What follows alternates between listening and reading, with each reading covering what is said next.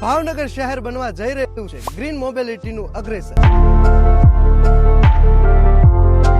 PM e બસ સેવા હેઠળ 100 જેટલી ઇલેક્ટ્રિક બસો સાથે ભાવનગરમાં શરૂ થશે પરિવહન ક્રાંતિનો આરંભ। કેન્દ્ર સરકારની આ મહત્વાકાંક્ષી યોજના પીએમ ઈ બસ સેવા હેઠળ ભાવનગર શહેર હવે પર્યાવરણને અનુકૂળ અને આધુનિક જાહેર પરિવહન ક્ષેત્રે નવી ઊંચાઈઓ સર કરવા માટે સજ્જ બની રહ્યું છે। આ યોજના હેઠળ ભાવનગર શહેરને 100 જેટલી હાઈટેક 9 મીટરની મીડી ઇલેક્ટ્રિક બસો ફાળવવામાં આવી છે, જેની સાથે ગુજરાતમાં પીએમ ઈ બસ સેવાના ફેઝ 2 હેઠળ બસોનું સંચાલન શરૂ કરનાર ભાવનગર પ્રથમ શહેર તરીકે બહુમાન પ્રાપ્ત કરવાનું છે।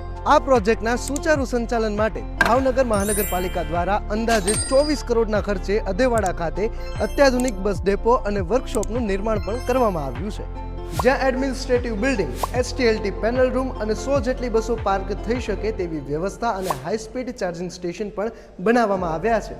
નાગરિકોની સુવિધાને ધ્યાને રાખીને ભાવનગર મહાનગરપાલિકા દ્વારા 17 રૂટ પર આ બસોનું સંચાલન કરવાનું આયોજન કરવામાં આવ્યું છે।